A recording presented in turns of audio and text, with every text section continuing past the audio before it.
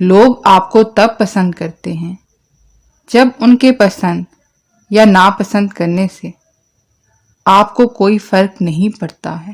زندگی بھر یاد رہتے ہیں مشکل میں ساتھ دینے والے اور مشکل میں ساتھ چھوڑنے والے۔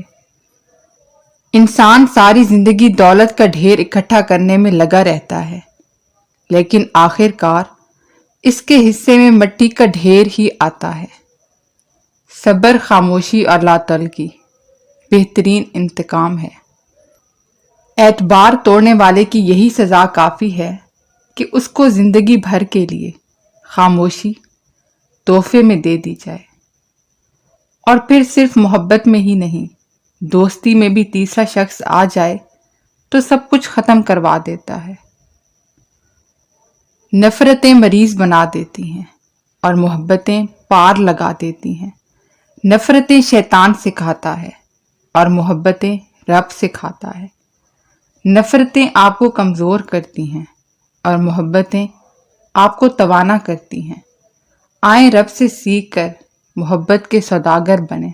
انسان کو پوری دنیا کی دولت، عیش اور آسائشیں بھی اگر مل جائیں تو پھر بھی یہ کہے کہ بھئی ہم سے اچھے تو غریب ہیں، کہ جن کے پاس ویسے تو کچھ نہیں لیکن وہ کم از کم چین کی نیند تو سوتے ہیں۔ معافی اتنی ہی خوبصورتی سے مانگنی چاہیے جتنی بدصورتی سے اس کا دل دکھایا ہے۔ انسان کا ماضی چاہے کتنے ہی گناہوں سے بھرا ہوا ہو، اس کا مستقبل ابھی بالکل پاک ہے۔ خدا توبہ کو پسند کرتا ہے۔ قابل نفرت ہیں وہ لوگ جو ہوتے کچھ ہیں، دکھاتے کچھ ہیں، جتاتے کچھ ہیں۔ اندر ہی اندر مر جاتا ہے انسان جب اپنے پسندیدہ شخص کو خود سے بیزار ہوتے دیکھتا ہے۔ صرف ہاتھ ہی نہیں، الفاظ بھی سہارا بنتے ہیں۔ جہاں ہاتھ نہ پکڑ سکے وہاں لفظوں سے تھام لیا کرے۔